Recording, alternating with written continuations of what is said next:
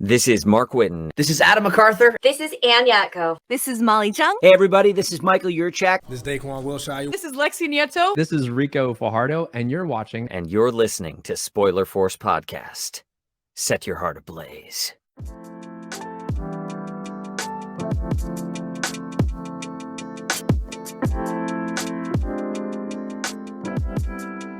All right, so this is episode 154 of Spoiler Force Podcast. My name is Ricky. Thank you for tuning in. This week's guest, I have returning guest, longtime friend, guy who got me into podcasting, Andrew Lee of Lengo Media on the podcast. It's funny because now that I bring this up, you're like, I guess what you're doing now is just like over the years when you were on the podcast. I remember when you were doing the wrestling, when you were doing your podcast, or when you tried to do the wrestling podcast, and then you went back into doing like your photography, videography. Now you're running your media brand now. So it's pretty cool to see like what you've done like over these past couple of years. Yeah, I think the previous times I've been on since you started the podcast, we were always either just reviewing stuff or just kind of just talking. Yeah, now it's kind of like, all right, you know, you're actually doing something. Yeah, I'm actually doing something. You know, some changes are, you know, there have been some changes, so it's like now I have something to, you know, talk about other than, you know, us nerding out or reviewing stuff or, you know. Oh man, those episodes were fun, man. When we would just geek out about like Demon Slayer or Batman or like just complaining about shit. Yeah, and if we were to talk about that stuff now, I'm so behind on everything. I wouldn't even know how to review or talk about that stuff anymore.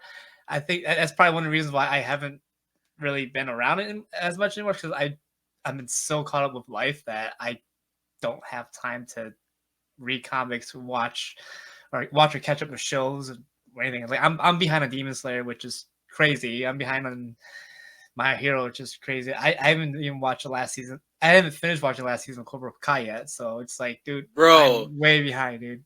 You gotta at least watch Cobra Kai. Like the anime stuff, you can always go back and recap. But Cobra Kai, dude, come on. The season 6 is gonna be the last one. I think season 6 is gonna be the last one. So gotta catch up, man. It's okay. Look, it's very tropey, right? It's very tropey. There's a lot of the like references to the old movies. But come on, you gotta. It's Karate Kid, bro. It's a classic franchise. Yeah, I'll figure. I'll get there eventually. Right now, I think the only thing I've been watching, because you know, I like to spend time with my wife or try to find something to do with my wife. So I'm watching a lot of Korean dramas lately. So it's like that's kind of taking over my life a little bit too, which is weird. All right, so what are you watching? Did you watch like what was it? That one drama that just dropped recently, the one where like she gets bullied and she comes back and like gets revenge on her high school bullies and shit. No, are you talking about, was it 19th century or 21st century girl or something like that? No. It's on Netflix. It's the girl from like Autumn in My Heart with like the Hmong, what Hmong people call her, Gosheng, but that's not even her real name. But yeah, so she has a new series on Netflix. I watched like the first half, but they split it up because Netflix is doing that now. They split up the season and all that jazz. Yeah. And then I watched Physical 100. That's not a Korean drama, but that's like a Korean show. I was watching that the other day with my brother-in-law when we were at their place. They were watching it. And speaking of Autumn in My Heart, my wife was watching it the other day because she told me it was on Viki. I have a Viki subscription, so she was like, I was like, I'm bored. I'm gonna be watching this. But the last drama I watched was called Tale of the Nine-Tailed Fox, which is pretty cool. Yeah, I think it could be an anime. It's a really cool thing. Like, you know, my thing is like I'll watch K-drama, but then, you know, it has to have some kind of fantasy aspect to it. I mean, it's really rare that I'll watch something that's just straight up romance or nothing, or it has nothing to do with typical tropes. Love triangle, and then the second guy always gets friend zoned and shit, then he gets butthurt. Yeah. There has to be, there has to be some kind of element like that, or, you know, it's they always run to the hospital but never take a car or taxi. So it's a car accident, or I don't know.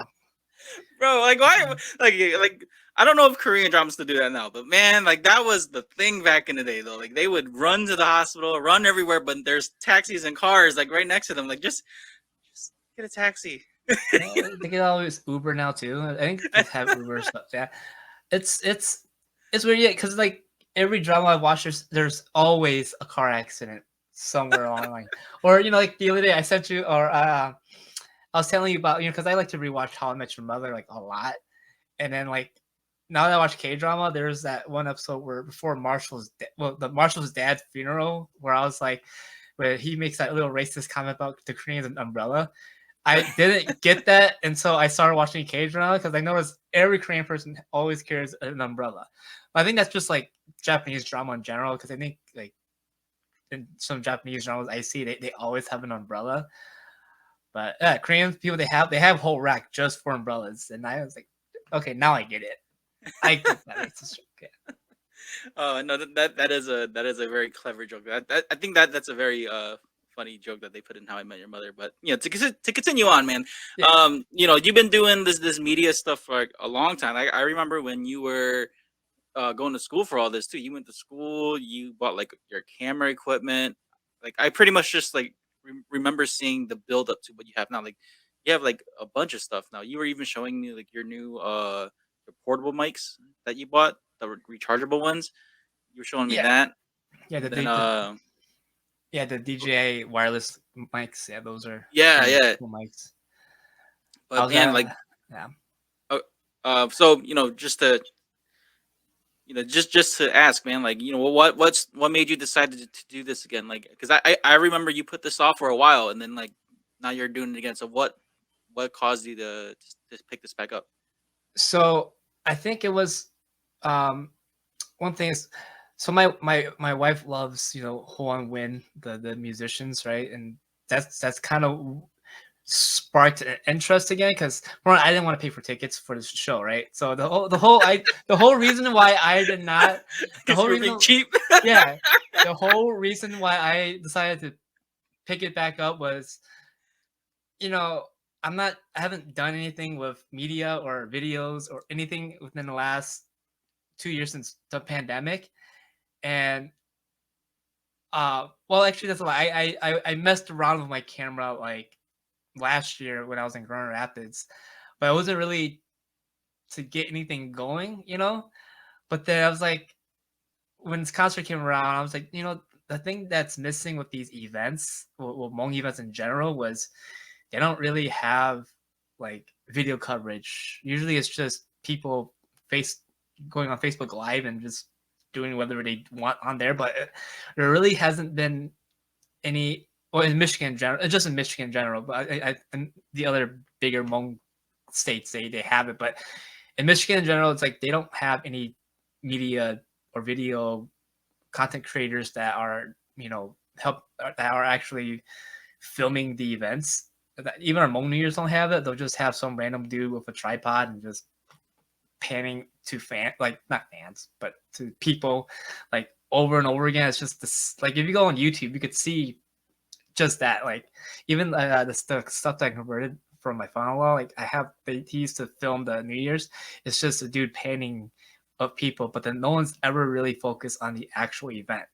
So I was like, well, maybe I could start doing something. Maybe I could offer my services for services. I'm not asking to get paid just yet, but like maybe I could ask, hey, I can let me help. Let me film this event. Let me get some content out there, because I don't have any content aside from the stuff that I have with Clean Slate Productions and whatever I have on my drive. But I don't have anything that's actually mine, and I needed somewhere to start, somewhere that I could actually say that I did on my own. So basically, the Win the Whole concert was what motivated me to try to get something started. So that's how it started again for me. I give you credit, man. Like, cause you did these past couple events mostly by yourself. Like, I think what the Huab and Win concert, you had Dow helping you with that one, right? Yep. So Dow usually has me help him a lot. Mm. And so with Dao, like I said, I don't really have anything that was exactly mine. I mean, I had my short film and everything, but every time I did something, it was either to help Dao or Dao has helped me a lot. And this time around, like usually Dao helps me edit everything, right? So all that now that all I have Dao do now is just kind of be a backup camera and just he doesn't do any of the editing or anything. He just kind of helps me with the help me with getting the extra footage. So that's actually it's not if it's not for Dao, I think the Win Hole concert wouldn't have looked as nice as I would have liked it, you know. But a lot of props goes to him too. He's done a lot for me. So and he's still doing stuff to help me out. Shout out to Dow for that, man. If folks don't know, Dow is part of the Clean Slate Productions team. So that's how I knew him, and he's friends with him. He was longtime friends with my late cousin Lee. So, shout out to Dow. But man, like the way how you shot your videos though, like you said, it was different from the general Hmong people, like because a lot of the Hmong folks on they always go to Facebook Live or they do Reels. The Reels is a big thing on the Facebook thing for Hmong folks now. Reels, but they don't have like a I guess you could say a semi-professional or a professional videography or media team that actually covered these events. So seeing what you did was one of the first that I've seen in a while. I know there's other like photographers and videographers that are in the Hmong community that does this stuff too. But like you said, but just for Michigan only, it was really cool to see what you did. And then your editing skills like really popped too, because like I think that's what made your content different was that you were able to edit and like your color tones and all that stuff. You went to school for all that, so you knew how to like crop and edit and pretty much sync the mic, or not sync the mic, but sync the audio with what you have recorded with the actual audio. Because I think that was one big thing that you mentioned to me before, was that a lot of the audio quality that Hmong folks put up, it's always like just straight from their phone. It's not like a condensed mic or like something that's pre-recorded and overlaid. So, what you're doing here, man, I think it's really cool to see that. But, just I guess for the whole Win and Whole concert, man, you got in there, right? You got in there. You got to be part of the media team. They got you your VIP tickets. I mean, just how was that experience like, though? So to go back on what you were just saying about the whole color thing and the audio thing, for one, the color thing was the thing that I is the least experienced in. So that's was the one that I had the most trouble with. For one, I mean the lighting was bad itself, but the coloring was what took me forever to get this whole event thing down. And Dao did help me learn how to color correct it, but the audio thing, you have to have like a external recorder to record the actual audio, which you've been on some of our productions before where you see us, we'll have the camera audio, but the main audio comes from the actual recorder itself, which comes from a microphone like the one I'm using now or the one that you're using now. That's what helps the quality of any audio works well. But sorry, what was the question again? Just kind of like walk through your experience like working at the event for the Whole and Win concert in Michigan. Okay, so the Whole Win thing, the experience actually was pretty cool for me. Like I had a great time with it. I mean, there was some pros and cons to it. The promoters who hosted it, it was actually their first time putting on a show too, and I think they also did it kind of out of the whim. And Hmong Nueve, was how I think like Hmong Nueve, is that how you say, or how do you say their Hmong Naval? Naval? Yeah, whatever. It looks like Nueve to me whenever I think about it. You said it like it was in Spanish or something. I was like, what? Okay, I think it's pronounced Hmong Naval, but then Naval. Yeah, the people who they need to change their name though, because no one's pronouncing that shit. So which is also why I changed Lingo Media to Lingo Media. But we can talk about that in a bit. So shout out to Debbie and Jay. They it was their first time promoting a show too, and they kind of just went on whim and like asked them. And because if you remember the original tour list for Win and Hoa, Michigan wasn't on there, and my wife was about to divorce me and leave me because I wasn't gonna like take her to go see Win. But Nah, but I was like, they were here, and I was like, man, I really don't want to pay for tickets because I'm not that huge of a fan of theirs, like, but because I love my wife, I want her to see the man that she's probably gonna leave me for in the future. I wanted her to have that experience, and the experience was great. I mean, there's some things there that could have worked out a lot better, but it's all trial and error. Um, but my experience, it allowed me to, you know, gain the experience that I needed to be able to want to do events like this even more. It's helped me learn, the do's and don'ts, and I'm still learning the do's and don'ts. I'm still also learning. It has helped me learn on, where I should be and where I shouldn't be. Especially the last event I did was one of those things where, like, all right, this didn't work out. Maybe I should try something else next time. Which, next time I'm doing something like this, and it's in the summertime. But yeah, it has something else. Even like as I'm be a little bit more comfortable with filming, being where I need to be, and directing when I needed to direct. Because I don't know if you remember, I actually was in charge of planning the whole interview. Oh yeah, with Beaver and what's her name, Wancha, right? Yeah, yep. So there was this. Let me clear up this misconception, this rumor that was going around, because I try to avoid Andrew. YouTube. I try to avoid my YouTube God. comments. I try to avoid YouTube comments, but sometimes it pops up on my feed. So and I read it. So one of the comments was, that we did this interview. This interview was it was like a very last minute thing. It wasn't a last minute thing. Actually, it was planned for like a month or two. And the people who were hosting Hole and Win, they actually, agreed to the interview. So the only issue that took place was the fact that everyone ran at Hmong time.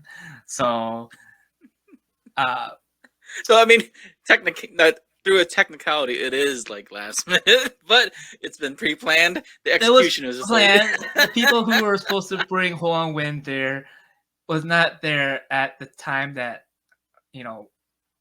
that we needed them to be there, because the whole idea was for them to come in before the meet and greets and the pictures. So, we don't take too much of the time, and there's no one there. So it's, so it's much more quieter for, and when it comes to audio wise, but, things, happen the way it's bound to happen. Stuff like this is about to happen. The only last minute thing that did happen was the interview with Juan. That was because we were waiting on the whole win, and then Juan was there and Beaver was there. Like, maybe I'll have have the hosts interview each other so people will know who they are. Like, and then it wasn't supposed to be the way it ended up, but I'm happy it did, because it actually helps me with something. Originally, I was going to grab my camera and just have Juan do a quick minute thing, just me from my camera, and then she's, oh, I could definitely do an interview. Where do you want to do this? Over there? And that clicked in my head. I should ask Beaver to interview her. So, and I was like, oh, but this has to be like 1 or 2 minutes, because as soon as it's always as soon as you sit down, the thing that was supposed to happen happens. I think when it comes in, I'm like, crap, they're here. All right, I'm like telling Beaver, all right, 2 minutes, and then they went over to 2 minutes thing, and I'm like, all right, wrap it up. I don't know if you could tell. I think maybe you could tell. Beaver was like pretty much looking at me while I was like telling him to wrap up. So I had to like. oh, I gotta go back and watch that. Then I don't think I caught that. Yeah, I think it was more in the win and Huab, but like, I had to cut some of like that's one of the good things about having multiple camera angles, is that you could actually cut to a different part of the interview, so you don't catch the whole oh, 2 minutes, oh, okay, or 1 minute, okay.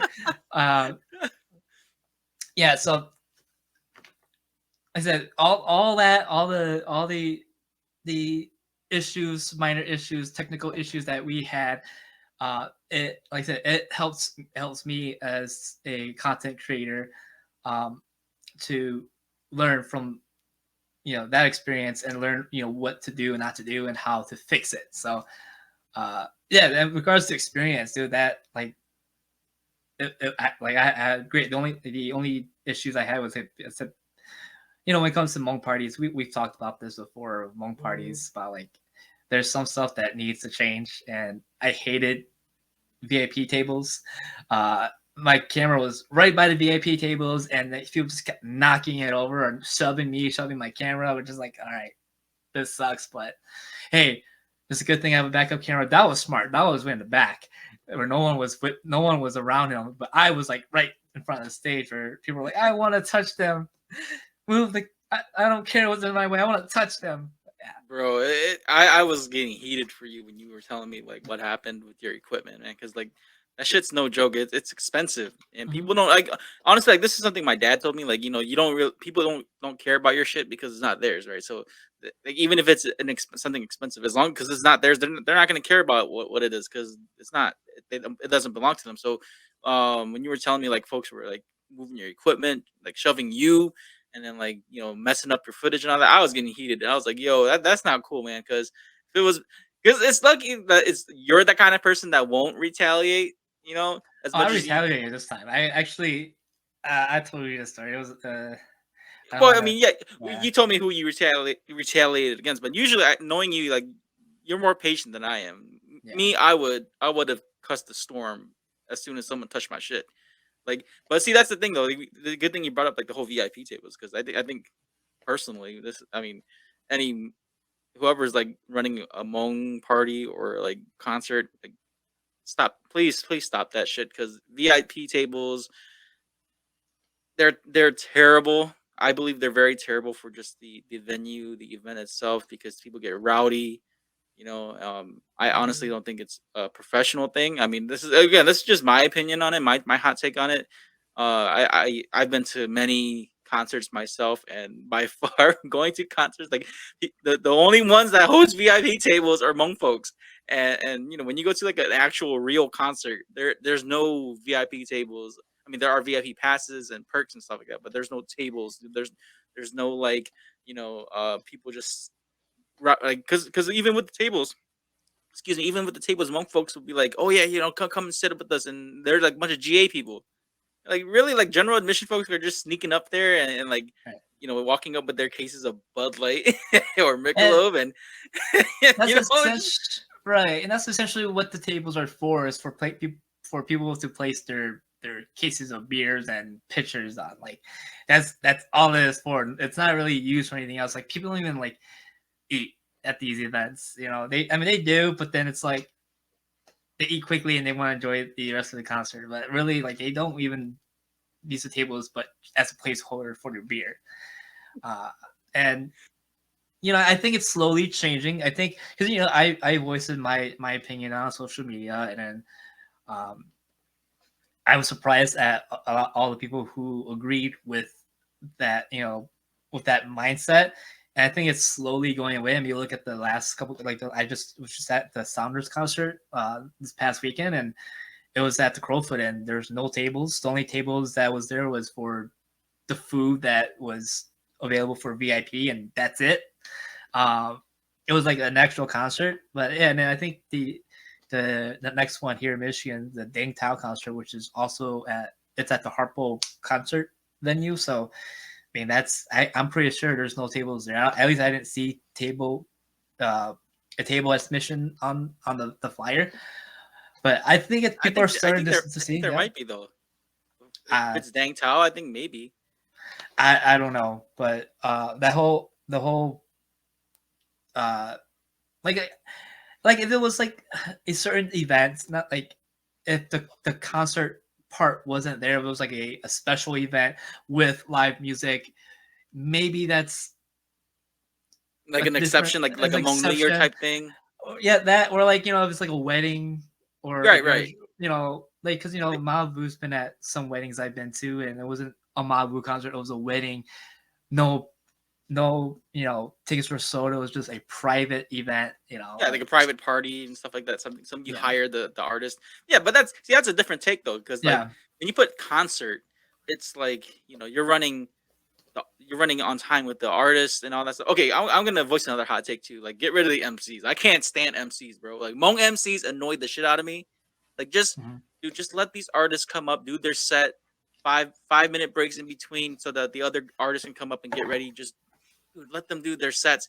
It's so like I find it very boring and irritating when MCs come up and then like, especially if they're not like comedic or entertaining or like or they're boring. It bugs the hell out of me. yeah. Like, if anything, you only need an MC is when the only time you need an MC is when there's like a car issue. Like, oh, someone with the green Toyota, your lights are on. Like, that's the only time you need one. You don't need Right. one to entertain the whole fucking night.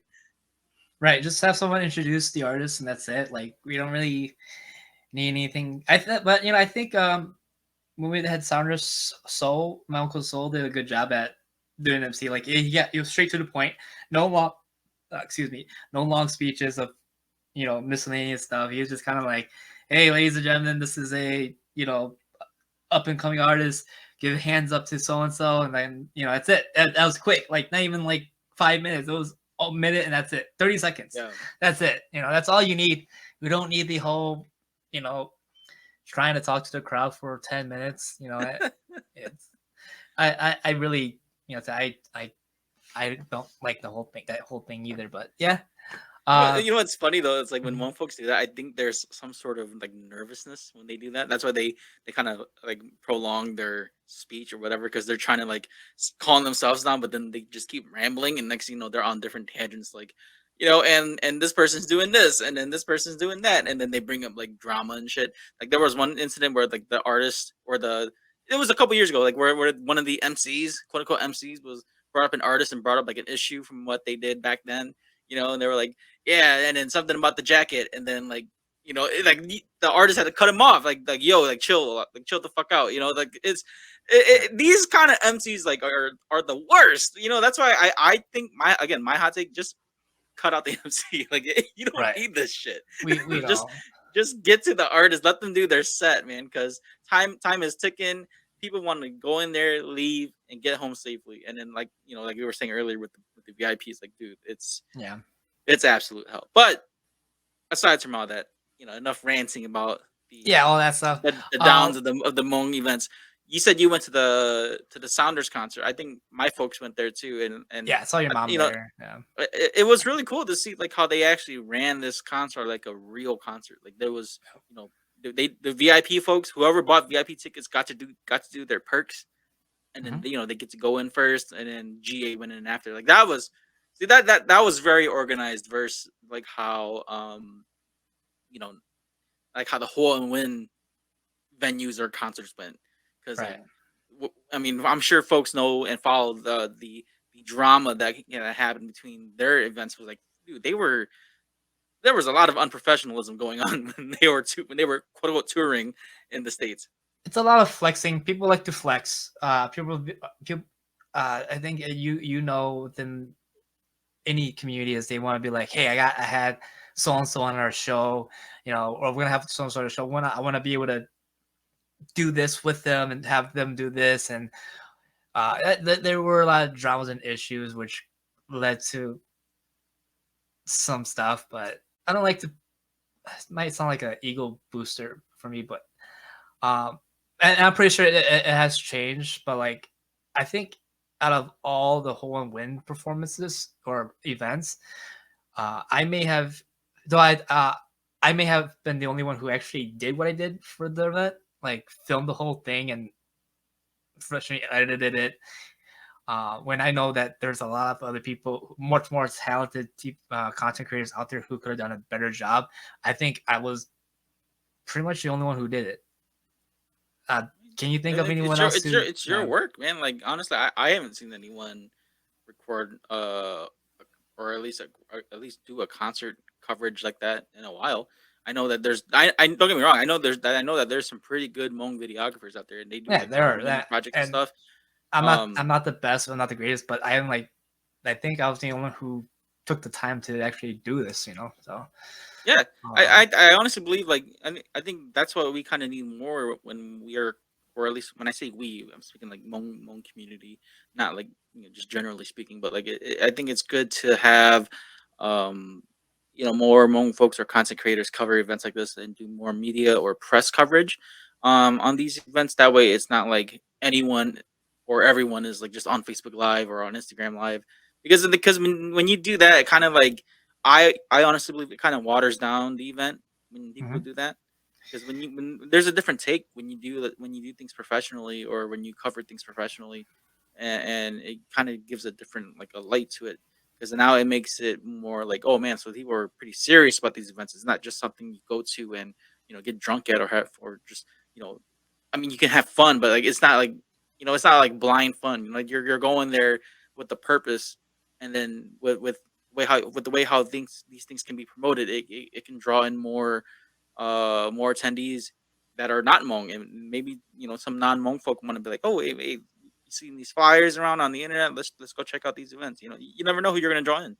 Yeah, and like I said, I think what's one of the things one of the big changes I want to try to do for these events is like my one of my main goals. Yeah, I get, I was I was a sponsor for this event, so I didn't get paid to this event. Which the goal is to be able to get paid for this event, but my main goal is let me do it so people who are paying. I mean, people who pay can do almost whatever they want to. They pay for the ticket and whatever. But let me do this so you can enjoy the moments.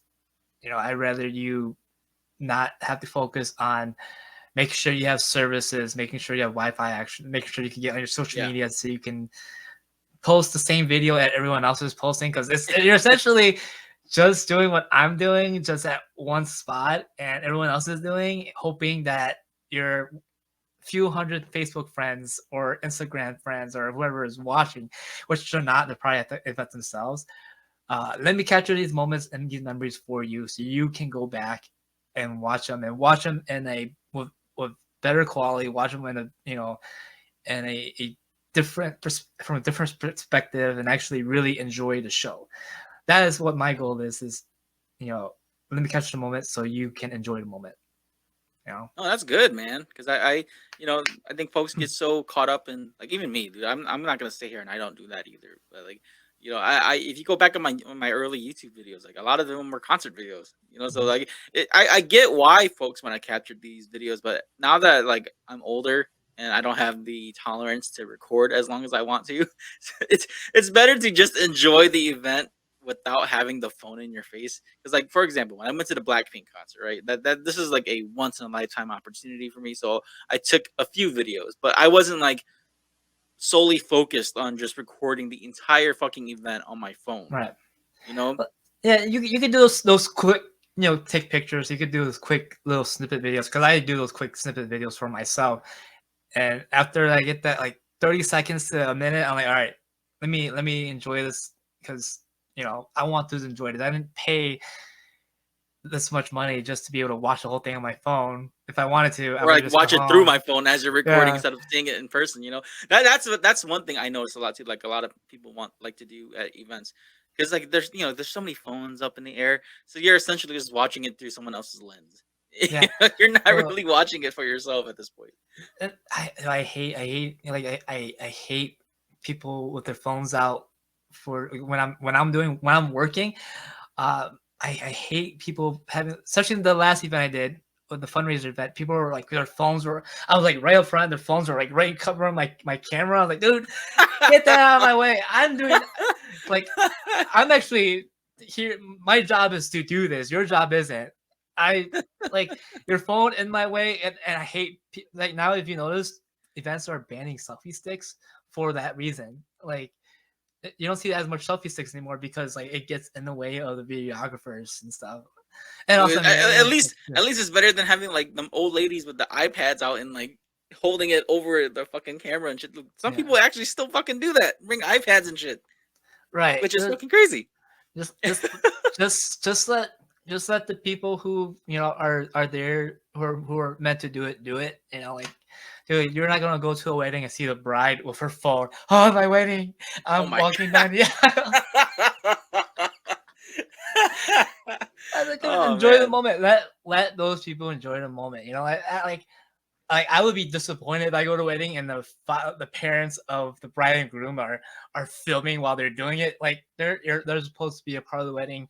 Enjoy that moment without being on your devices, capturing the moment. Because that's the whole reason why we hire videographers at weddings, right?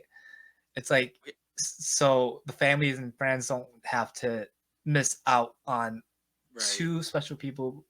I mean, I think having that just in special moment, general, just like being able Yeah. to appreciate the moments in person versus like focusing your like having your focus on something else.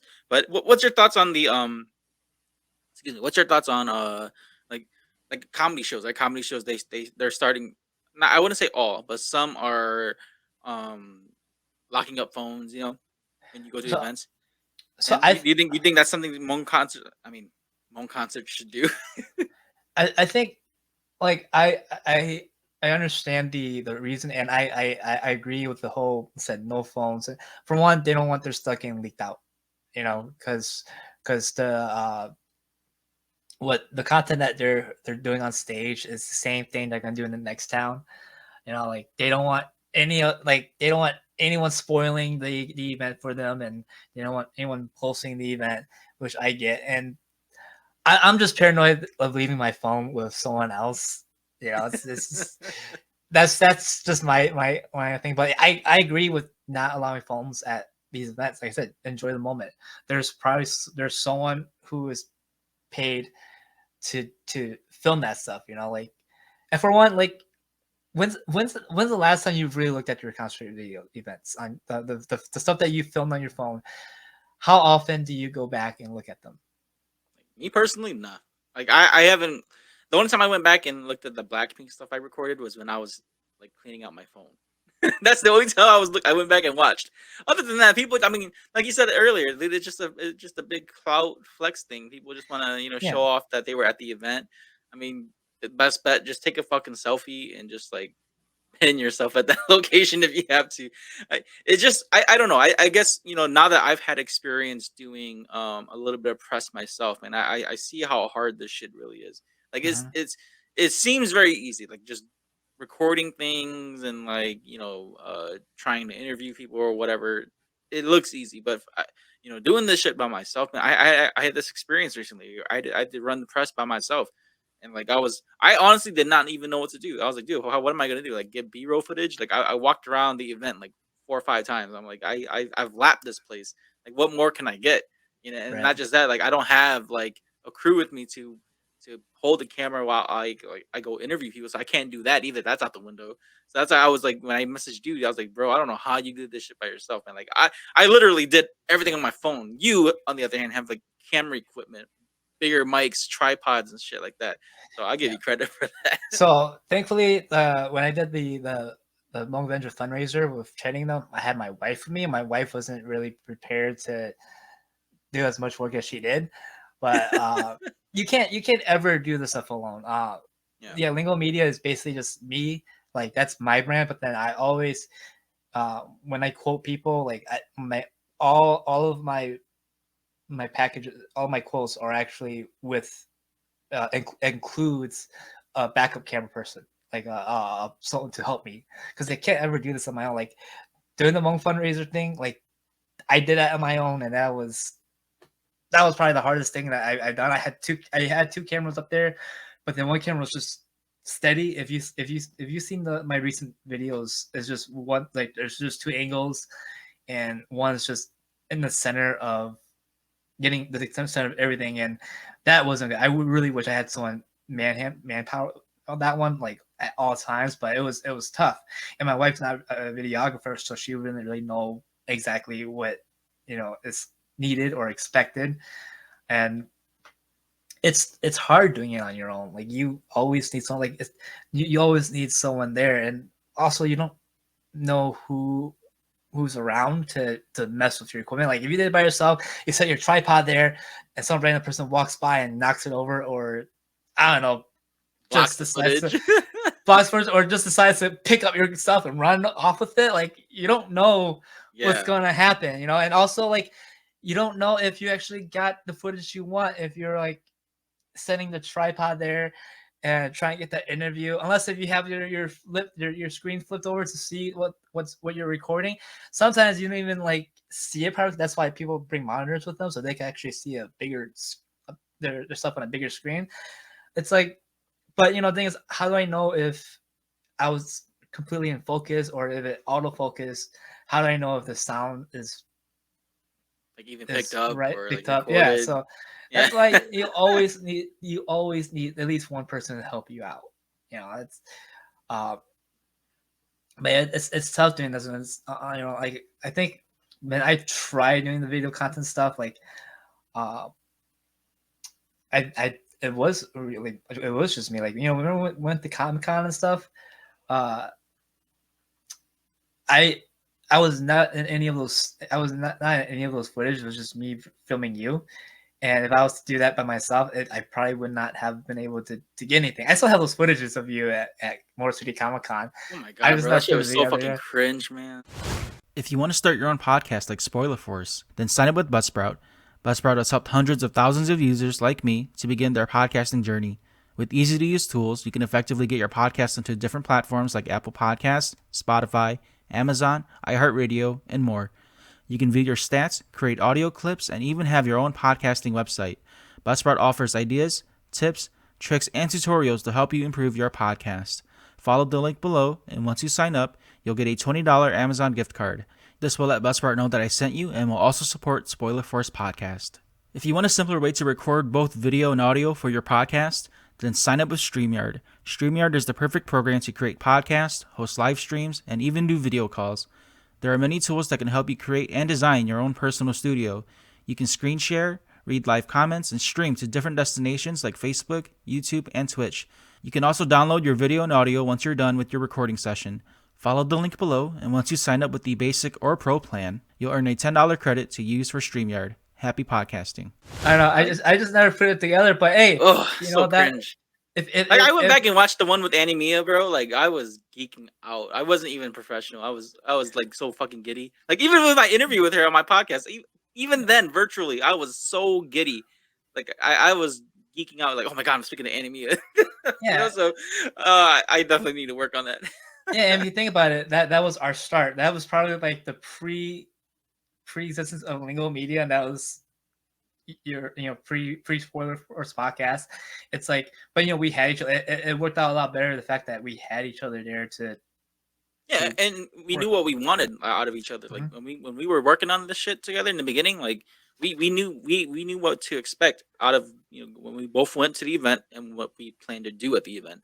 Like you said, man, like just doing it on your own now, like and then working with people you may or may not know.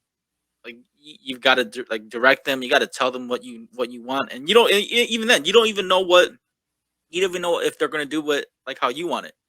No. So like I've had experiences where I had like some random friends just like, hey, can you hold like the camera for me, or can you check this for me? They don't. I mean, not to sound like a dick, but like they don't. They might not even know like the camera equipment. They might not even know if it's on. They don't even know if it's recording. So you gotta like make sure everything is prepared before you even work. And then like just the thought of that, like yeah, that's already like time consuming to make sure that works. And then you've got to race time to uh get the coverage that you need, and you might even miss out on a good shot because you're so focused on making sure this shit works. Yeah, and It's crazy. this is the reason why like videographers charge so much. It's not just you hitting the record Yeah. button. It's like, dude, like there's a lot that goes down to just making 30 seconds of something look good. I mean, you think about like how like you think about when you were with us doing Flyboys, like dude, we were there all day. You were there almost all day just to do a 2-second clip of yourself. Not even 2 seconds of just your seeing yourself walk behind the scene. But like, dude, we worked on that scene like almost half an hour to an hour. It's like, dude, it takes a long time. Like, it's not just hitting. it's not just hitting record. Even when not thinking about something that's narrative, you think about like a live event itself, dude. Like there are people there who spend a few hours just lighting the scene, like especially talk shows. It's like, all right, we need someone to stand in. Like for example, like when I was in class, Oprah was an example. Like, we need someone to stand in for Oprah so we could light up. So they had to find someone who was supposedly Oprah size, because this the person's height and size matters too. It's like, all right, we have to put this light here, here, here. They have to stand here. All right. How's the footage look? All right, cool. How's the audio look? Okay, cool. It takes a long time, dude. Yeah, and I think like, sound engineers, videographers, y'all don't get enough credit for all this because, like, I've seen some sound checks, right? And I don't think comparing like how Hmong folks do sound checks versus like how you go to like an actual concert doing sound checks, it's two completely different things. Mhm. Like I've noticed that like a lot of Hmong events that do sound checks, it seems like they're just plugging in the amp or the speakers. Like, is it good? Can you hear it? All right, check. It's good. Just go. Like they make it seem like it's a karaoke thing. Like, bro, like you got to make sure your shit works before Yeah. you even like let the audience come in and stuff like that. And then like I said, man, it's just a lot of work. Like just Yeah. and that's just all pre-production. Imagine post-production when you're having to like edit and like clean all that stuff up, and like I said, what you did with your editing, your video editing and audio editing, dude, it's a lot of work. Yeah, that whole speaking of that whole thing, like the whole sound testing thing, the whole working with the audio for the fundraiser was tough, because that's, I think, like, no offense to them, but that's actually basically what it was. It was like, the audio wasn't really mixed right. Like, I can't do anything with the audio. I can't touch. I don't think it's my job to touch their equipment. That's not my thing. My only concern is plugging my stuff into their sound system, so it records off of their mixer, and basically what you hear on this, what you hear out there is what you should hear in the audio recorder, but it's not. I think it also sounds different when you're out there, but when I was trying to listen, and I wanted, just like how I did with Huab, I wanted to use the audio from my recorder. None of it sounded good. Like at one point, the microphone was so low you couldn't hear like the artist sing. You only heard the music, and then some of it like wasn't like one of the artists is, you couldn't really hear anything because they had their stuff was plugged in differently too. So it's like, oh crap, like the sound really sucks here. I don't know, I can't use it. So I had to use my camera audio, which I hated using too. So I mean, it really depends on like who's running the event. Like, yeah. and like I said, like all these things are trial and error, man. Like I'm sure one day there's gonna be a good event like to run really good lighting, audio, and videography. Like, that just what we're saying now is just like just a lot of positive critiquing, man. Like it's not to tear anyone down or tear any events down. You never know. Like maybe what we talk about can help improve the event too. So Yeah. shout out to anyone who's like even putting in the effort to just run events like this, because to coordinate all this stuff, man, and to make sure like everyone's in line, all the artists, like I said, the media people, folks who are running security and all that, like that takes a lot of work just to get some event for one night to work out and without like having complete chaos. Right. And we need those criticisms, like those critiques, because you ask me a lot for stuff, I give you my feedback, and then before I even like put anything out there, I always have Dal check my stuff. I have my uncle check my stuff. I have friends who check my stuff before I even like, well, nowadays I just put it out there, just so I can get that feedback on like, hey, why is it so dark? Light up better here. Why does this suck? Do better here. It's like, okay, because if I don't have that, I'm not gonna learn. Oh yeah, definitely. Same Yeah, for me. and every time I get those feedbacks, I learn. If I was to go back and redo the whole on win interview thing, I know how to do it better now. I know how to color correct it, but then like now that it's out there, I don't want to just delete it off of YouTube and Take it off and then re-upload it. re-upload it. I'm not gonna do that. But I also want to see people to see like my evolution on like my stuff getting better. I mean, it might not. I mean, but then it might not look good depending on who wants to look at my content. But like, the things I just hope that they look at my recent stuff compared to just randomly going to my old stuff. But I want people to see my improvement on like, all right, where I started from and you know where I am at now. That could be like, well, hey, looks like they are someone who is always looking to improve their craft, always looking to do better. So maybe I want to use this person compared to someone who already thinks that they're really good. I don't think I'm that good. Honestly, I'm still very amateurish. But because of how I put myself out there, people want to use me. You know, like they don't care how they don't know about those little spotted details that we look out for as content creators.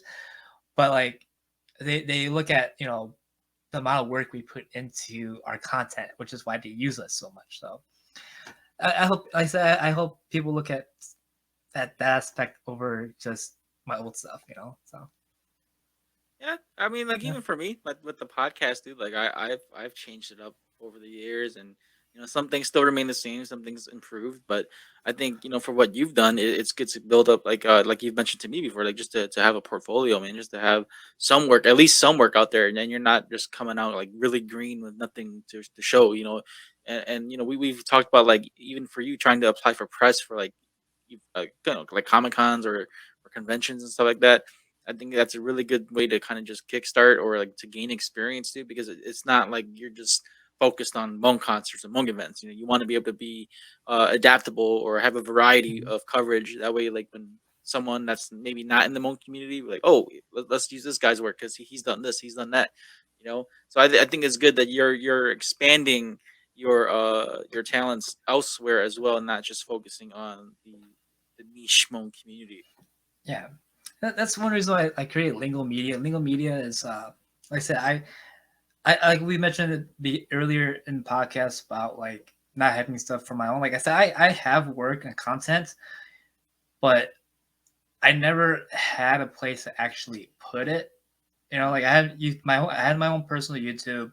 I had Clean Slate, but it was under. I mean, I could use my footage in that to be my portfolio too. But then, like, what is exactly mine? Like, I don't have an actual brand on my own besides just me being me. So I was like, I need something. And then I looked at like Dow. I always bring back Dow. Like Dow went from being Illuminati Films to DY Filmic. I think that's how you say his name now, his company name. But like everyone that I know have their own company name, even though they're not exactly a full company. It's like I don't have that.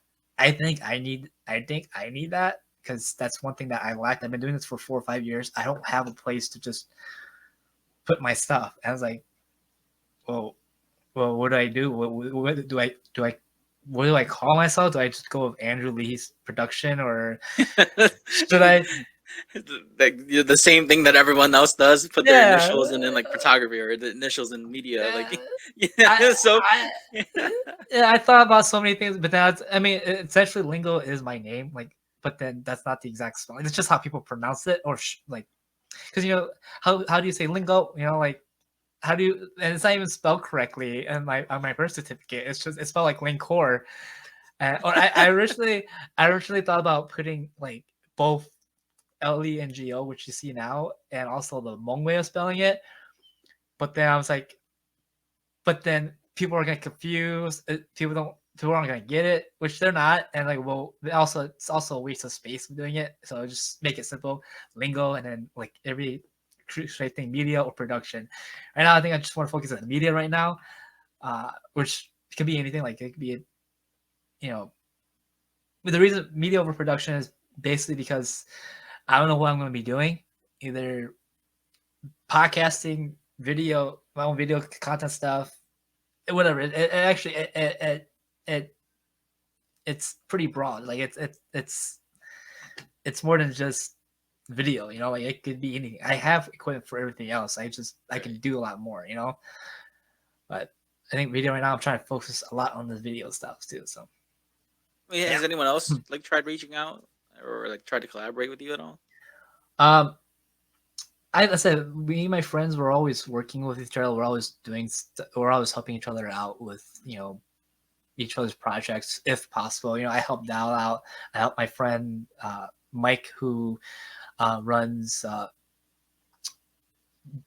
Davis Wayne Enterprise. Wayne, oh, it's a pretty much a like he named himself after like Batman Oh, stuff. okay. Davis Wayne Industries Enterprise. Yeah, I help him out every once in a while. That's if you remember, I showed you, I was working with Calvin Johnson, and I didn't know who Calvin Johnson. I mean, I knew who it was.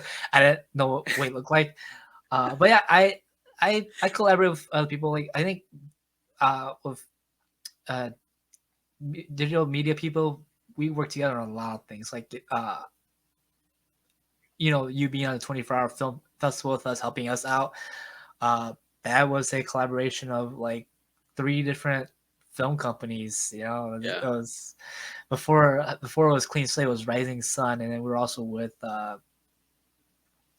you know, John Trauby's group and Johnny Flynn's group. It's like it was pretty much 3 different groups with one. So I'm always collaborating. You know, I even collaborate with photographers. I help Kelly with KY Photography's do her stuff, and then she's been doing it. She's been taking advantage of the whole sponsorship too, because since we self-sponsor these events, like, you know, we're getting noticed more, and that's actually that was another goal too. It's like, all right, I need to market myself somehow, so let's sponsor these events, and by sponsoring these events, I said we're getting more work out of it, or people are setting eyes on us. You know, it's as soon as you give them your rate, they stop communicating with you. Bro, that's what I was gonna bring up, man. It's always like they want you to support them, and then when the moment you ask for like a rate or something like that, bro, everyone just like, what rate? You know, like, oh, I thought you were doing this out of love. You know, like what most people love saying, like out of gay flu. Like it's bro, like man, I gotta eat too, man. Like, you know, this is why like content creating. This is like the bad side, the dark side of content creating, because people are so used to having us put up free content, you know, weekly or like on a daily basis. Like, dude, look at the shit I've been doing. All these episodes I put out, no one's paying me. You know, I'm Right. doing this clearly out of passion.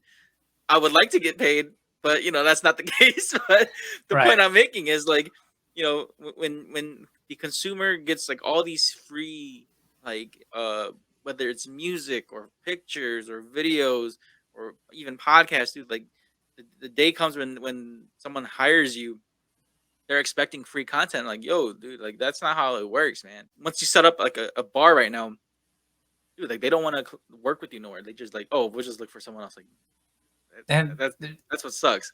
they're basically gonna tell you the same thing too, because you're paying for their time. You know, you're paying for someone's time, and it's either, you know, you gotta think about like someone like me. I'm still working a 9 to 5 job. You know, like, and also I'm trying to find time to spend time with my wife. You know, and friends and family. It's like, well, if you want me to get rid of that time to work on your stuff, I didn't get into this stuff to do for free. I mean, I love doing this stuff, but you're asking me to do work for you. You're not even willing to offer me minimum wage for the job that you want me to do. So it's like, if you want me to do free stuff, like, I mean, I can, but I don't know when you're ever gonna get it. Yeah, You know what I you're mean? not gonna get like the quality or like the efficiency of the work, you know, because some folks want you to like be very precise or have good quality work done and then sent to them within like a week's time. Like that, no, that's not how it works, man. If you Yeah, it's want it like, you want that stuff quick, you gotta pay for it. yeah, it's like, if you want it, you might not get it till next year. I don't know, like. Whenever like, I get to it. Yeah, whenever I get to it, it's like, and it's like, and it's those people who are cheap that are so demanding. I'm like, well, why are you being so demanding? Like, it's like you didn't pay me, or like you're not paying me anything. It's like you have no right to be this demanding for Yeah, Let me like, talk to your manager. He's like, I am the manager. Like the meme that you spin around like I am the manager. yeah, Oh man. yeah. No, That's I was gonna bring up something too. There was like a topic I wanted to bring up because since we were on that, like, ah, shit, it slipped my mind. But just like doing this work, man. Like, I mean, have you thought about like deciding to do like kind of like what Ming Chen does too? Like, you know how he has his own little podcast thing where like he helps podcasters with their podcast, but then like they just pay him for like the setup and stuff like that. Have you considered that? I thought about a lot of things. I mean, I thought about um, basically, yeah, just having a place where people can just film their stuff. But that would I don't have a studio. I mean, if anything, I can do it.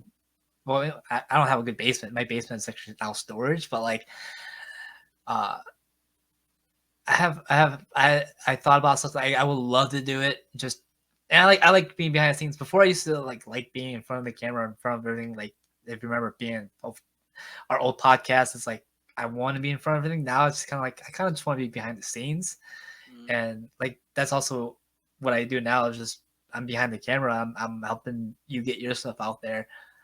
Uh, yeah, I mean I thought about doing stuff like that too, and I've also thought about maybe you know investing in my own venue to host events, or people host events and they can just go through me. It's like I thought about that stuff. It's still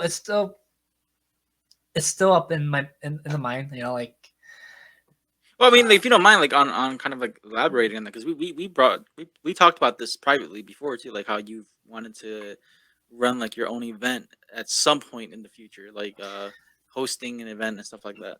yeah. So that's actually still a passion project. Like I keep saying, maybe in a year or two, but in the end of the day, it's all comes to funds and Mhm. me wanting to do it. Like I especially have this idea of having one more match. But the thing is, I don't. And And that when you say match, you mean like wrestling, pro wrestling wrestling? match. Um, but it's just more of because like in the end of the day, you and we both know what we are. We both know that we're Hmong in our community. We don't. We're still growing as a community. We're still getting noticed as a community. It's just been recently that we're getting noticed more with Sonny Lee and uh, all these other Hmong actors, actress, celebrities. Or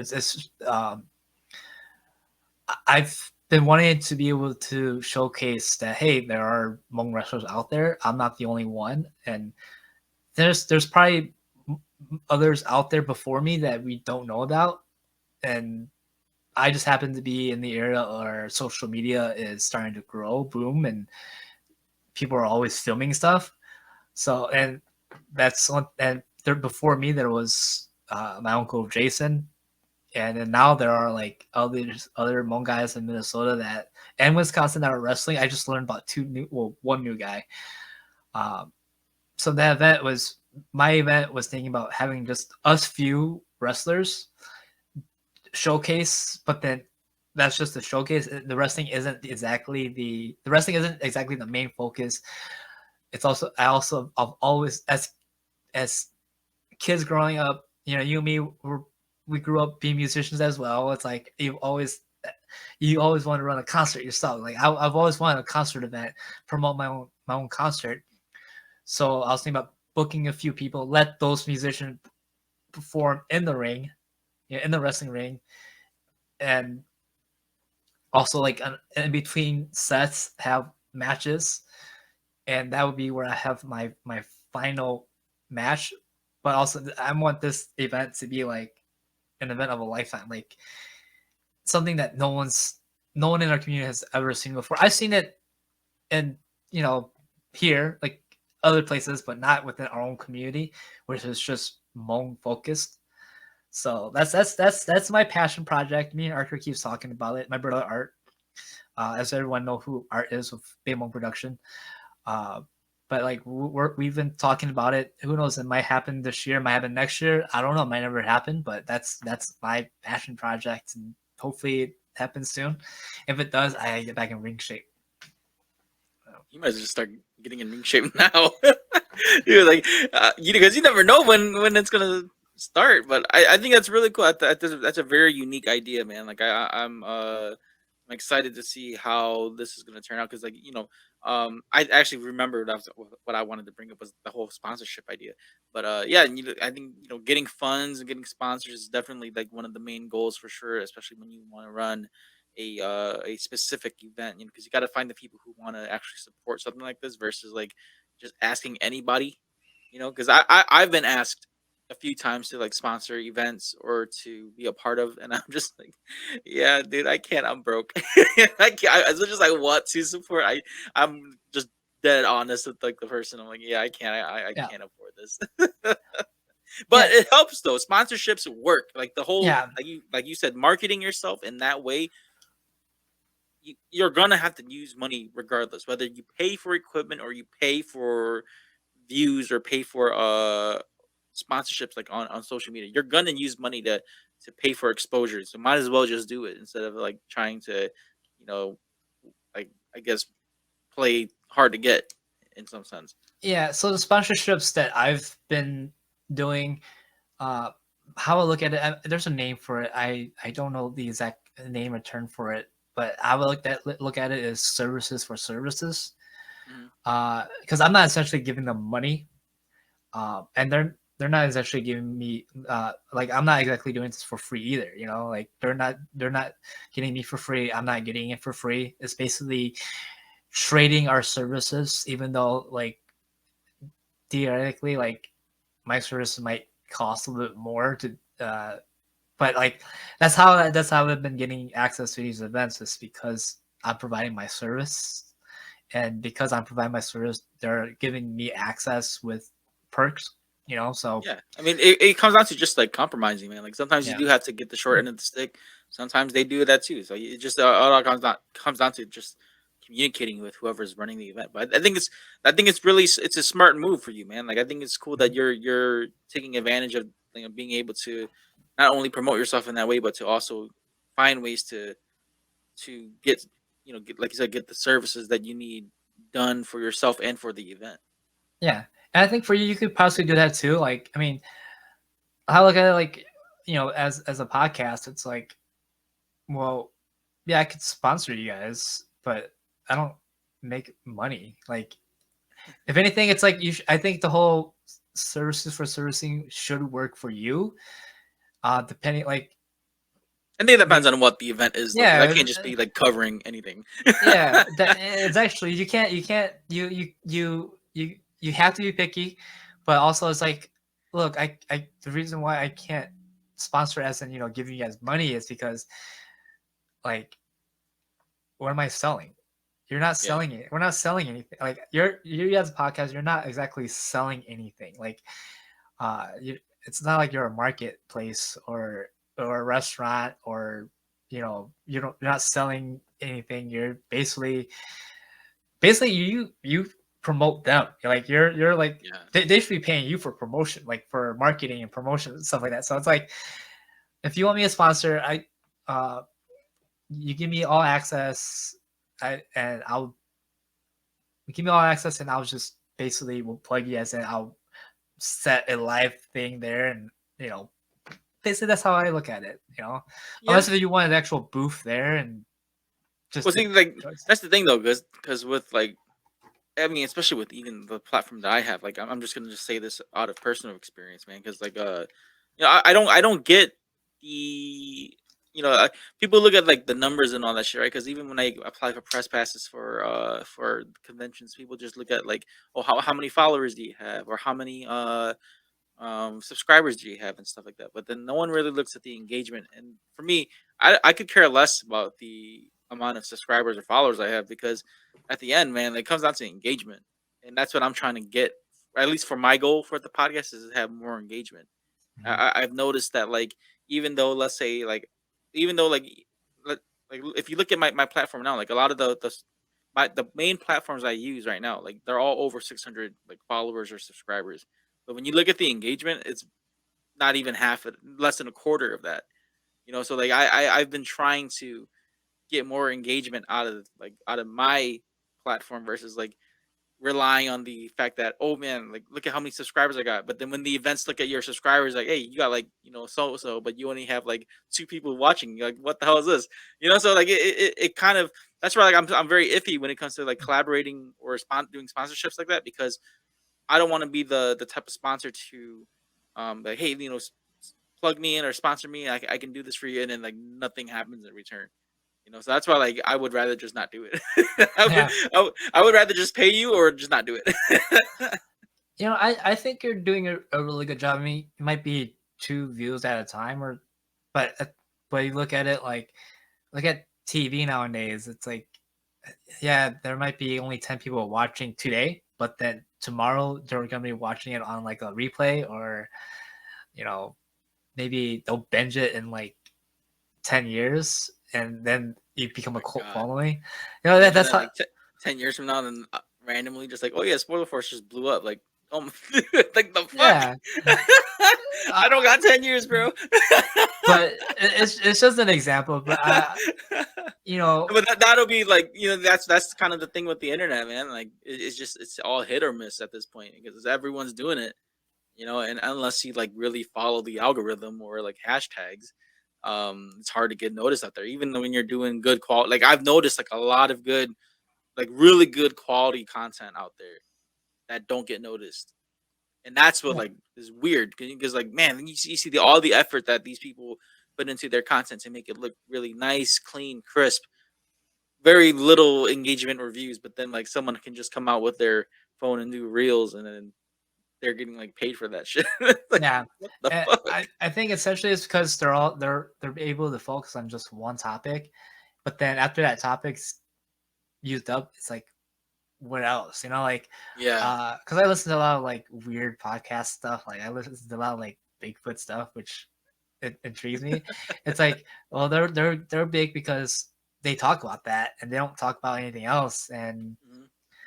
people get drawn to that stuff, or even like stuff that like focus on just watching a TV series. Like the reason why those blow up is because they're talking about an episode each week, and so they have content to talk about each week. They won't allow themselves to watch the next episode until they watch Right. the.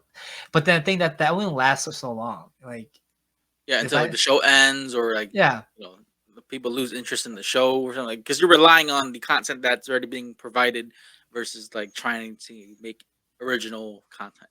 yeah. So like eventually, Yumi decided to do a podcast about all of my heart. Like since we were talking about K drama earlier, let's go back and let's watch all of my heart Oh my episode god! by Can you episode. imagine we just do like a K drama podcast? Just like, yeah, we're talking about this Yeah. this Korean drama today. But it'll be good. But how many episodes are there? Like 40 something, 30 something. Yeah. After that, what's next? We're gonna go to the next drama. It's like, and we Yeah. could, but then like people like this drama. That's why we had so much followers, because they like this drama. Or I was trying to listen to this Buffy podcast, and it's like they could watch it all at once, but they're watching it each week to give them something to do, and that's the reason. And also they had like sponsors and other Yeah. podcasts advertised for them, but you never know what is gonna hit. And I think because we are a variety of content, it's hard because you will have, because you have a lot of voice actors on the podcast. You'll have those who the anime community follow that, and especially you have help with that voice actor. It's just a matter of like, okay, what my other content. I think the only reason why some of my content now is blowing up is because it's Huan Lin. Like, Yeah. I mean, like there's it's always gonna be like that, though, right? Like, Mhm. because there's always gonna be some sort of niche topic or niche event that happens that people want to cover. And like you mentioned, like since we do a variety of things, we're not hitting just one thing. We're trying to hit everything, and just hopefully out of all the things we hit, one of them gets blown up.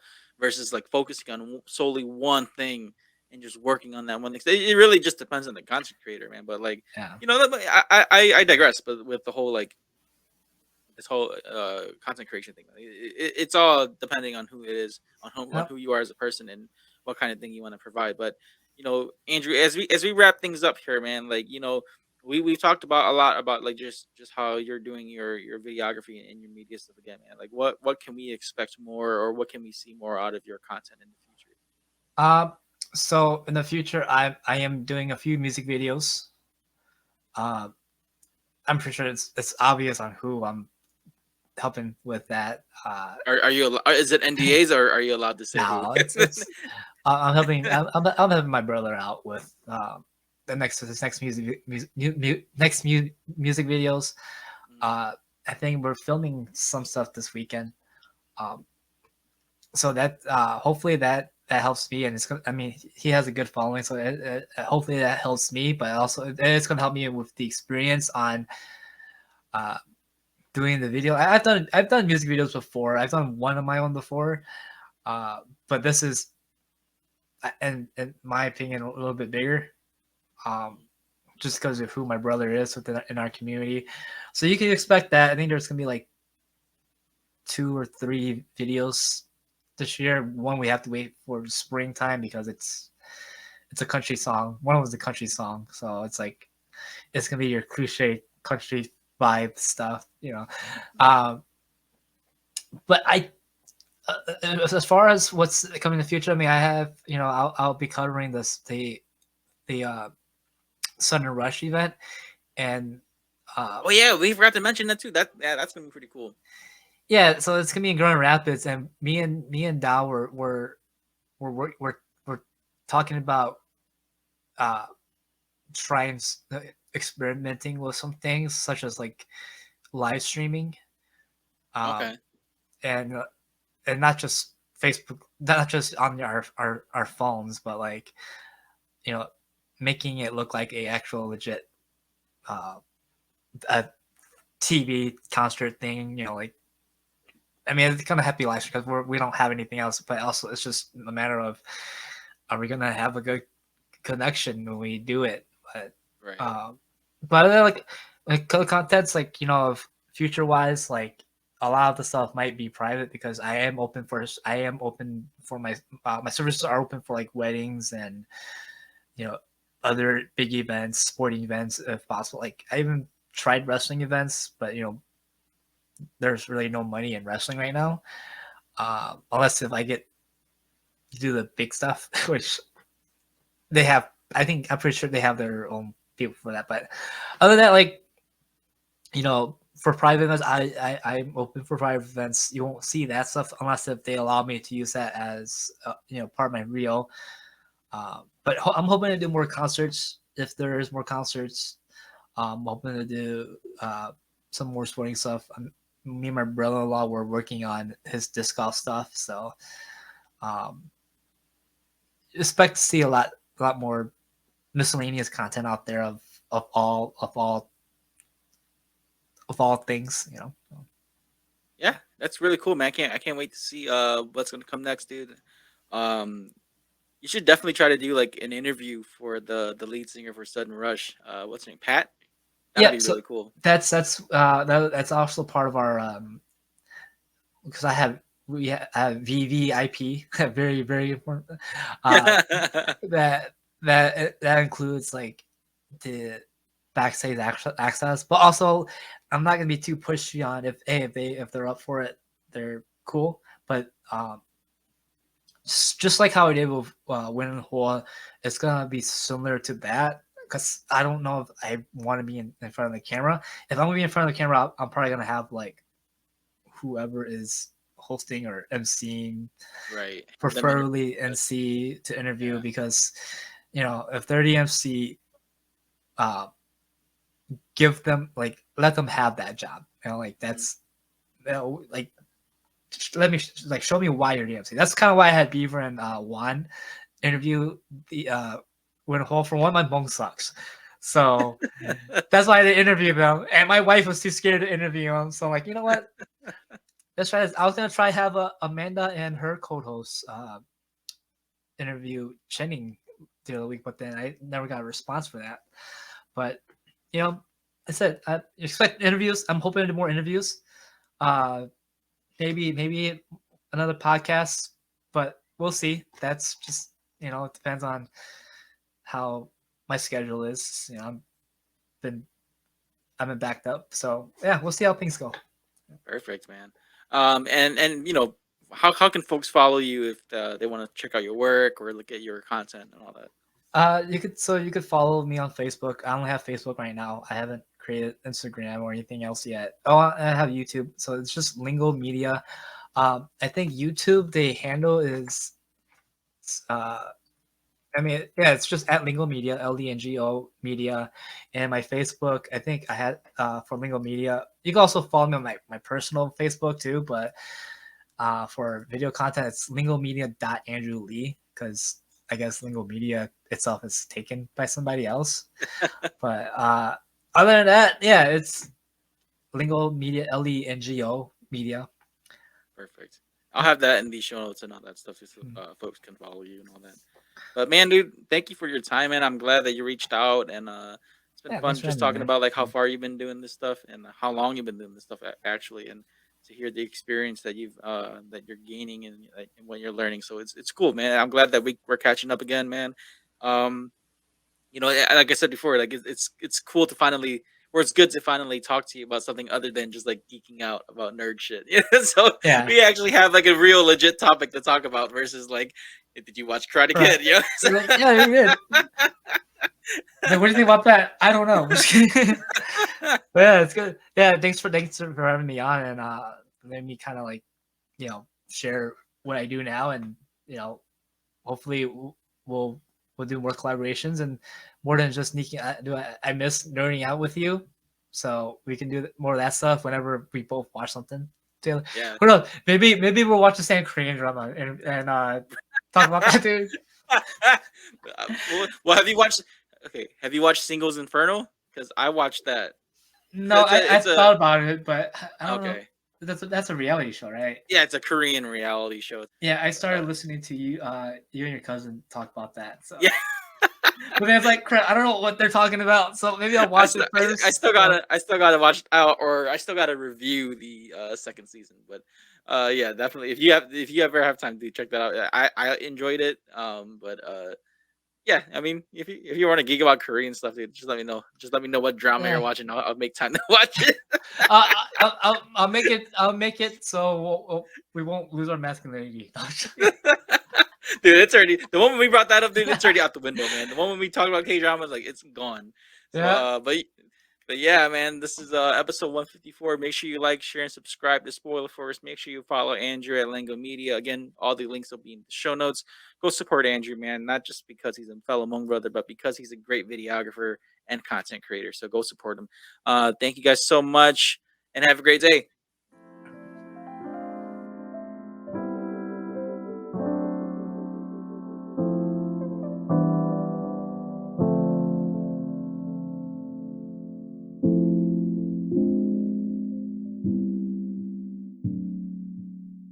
If you enjoyed this episode, make sure to give a review and rate Spoiler Force Podcast. If you want to get all Spoiler Force updates or even peeks at behind the scenes, you can join the Spoiler Force Discord community. And if you'd like to show support, give tips, recommendations, sponsorships, or any collaborations, you can email me at rickyvang92@gmail.com.